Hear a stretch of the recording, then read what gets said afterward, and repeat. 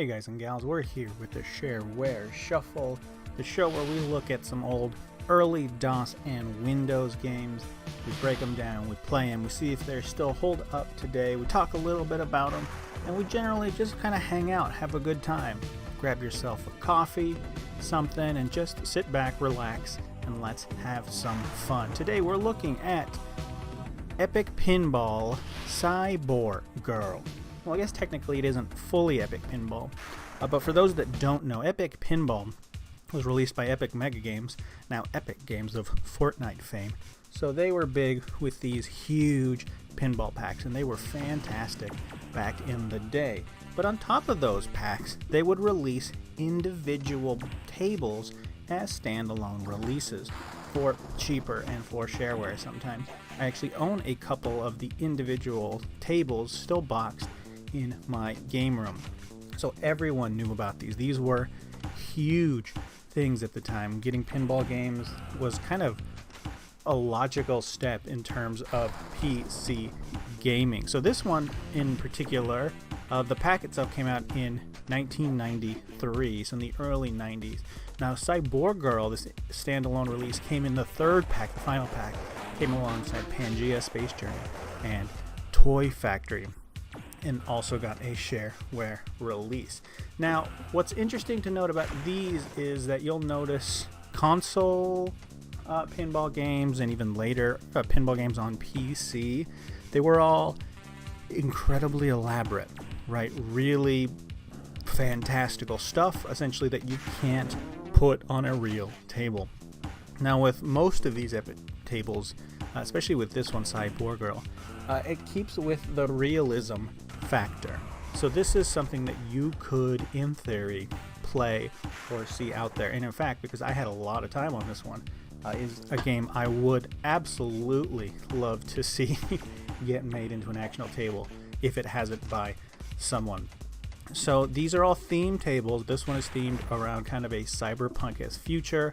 Cyborgirl, one of my favorite ones of the pack.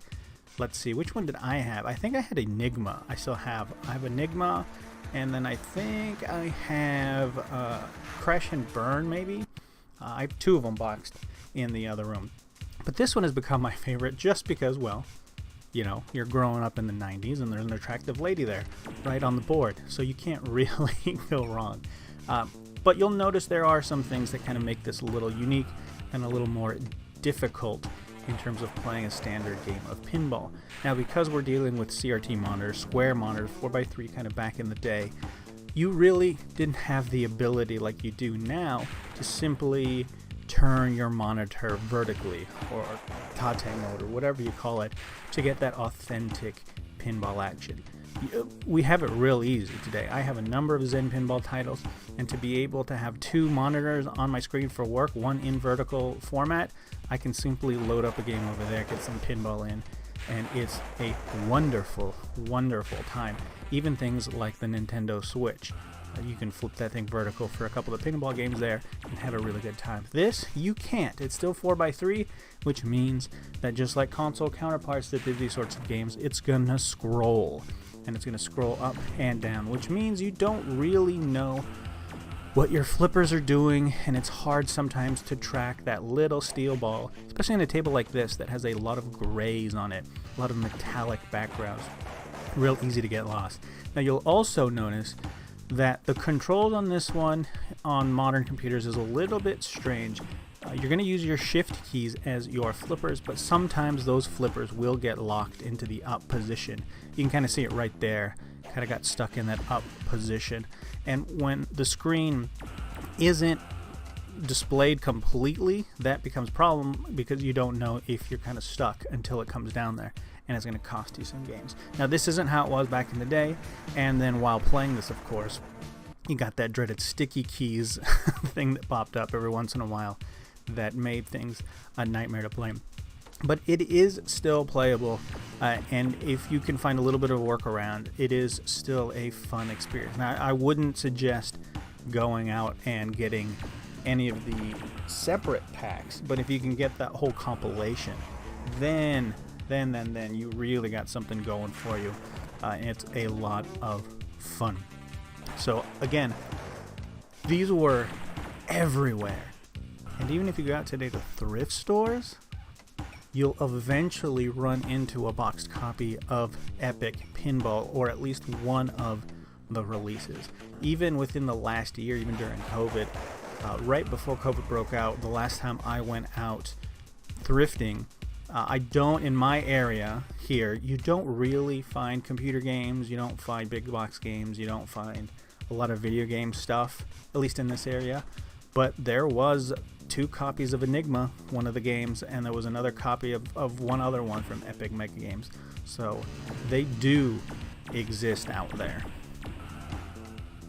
So while this plays out, let's take a look at the back of the box and give you a little description as we play a couple more rounds. This was released by B&N Software. Again, it was made by Epic Mega Games.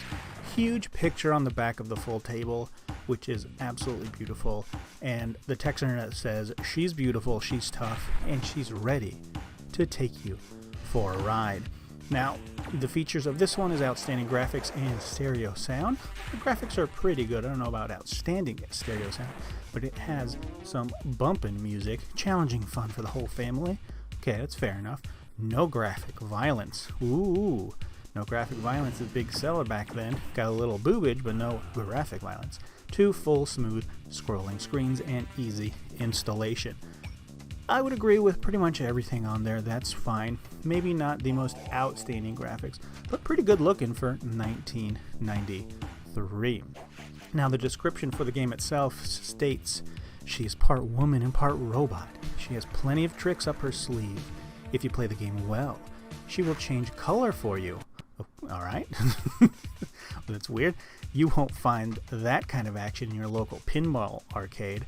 Just a woman changing colors. I suppose you won't. Epic Pinball Cyborgirl contains one tough target after another. There are ramps leading to every which way. Well, there's a limited way as they go, but okay. And a large yellow light in the center of the playfield that reduces ball gravity when lit. Whoa. That's actually a pretty cool feature, one you probably actually could not get in real life. So that's a nice little feature.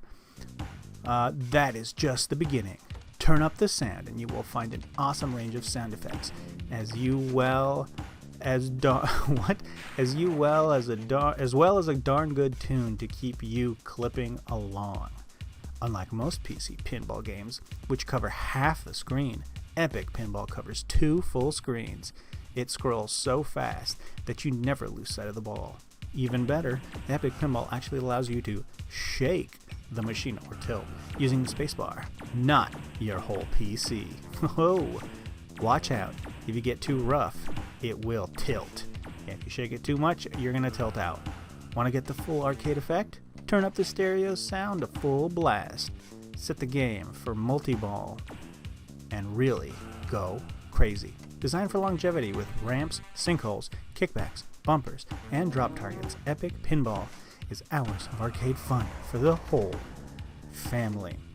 As you can tell, we were still in the early days of PC gaming, and it was kind of selling a lot of things that we've come to expect as pretty basic features in something like this. But that's a pretty good sales pitch. And I never did own this one, but I always wanted to pick it up as a kid simply because the front cover of this is essentially that same girl you see there, but not blonde. She's a long redhead. She looks like a cyberpunk Jean Grey. It looks like an X-Men photo of like a futuristic X-Men of Days of Future Past or something. She's got a gun on her and everything. I don't know. It's pretty dang cool, and it's an easy way to draw you in with cool cover and cool art. And it also says back here, don't forget Cyborgirl. I want to say Cybergirl, but it's technically not right. She's like a cyborg. Cyborgirl is ready to go, making installation easy. Simply insert the diskette, type go, and you're up and running. That is one of the great things about these individual titles for these pinball games. There wasn't any long-winded installation process. You were running on DOS, so you didn't have to type in all sorts of commands and install to C.:/, all these transfer commands. None of that. You popped in your disk, and then you simply typed in go wherever your disk was, usually in the A drive. A:/. You're there, boom, go, and you are playing. So in terms of ease of access, that is where you are. So this has been Cyborgirl, just a little bit of fun on this episode. Hopefully you liked it. Let us know in the comments below if you did enjoy this little adventure that we had. Hopefully we have a couple of more, just some fun laid-back videos to spend some time with you. Let us know if there's an old game back from the early 90s, late 80s that you'd like us to check out, and make sure to like, comment, and subscribe so we know you're there, and then we'll see you in the comments. So until next time, take care.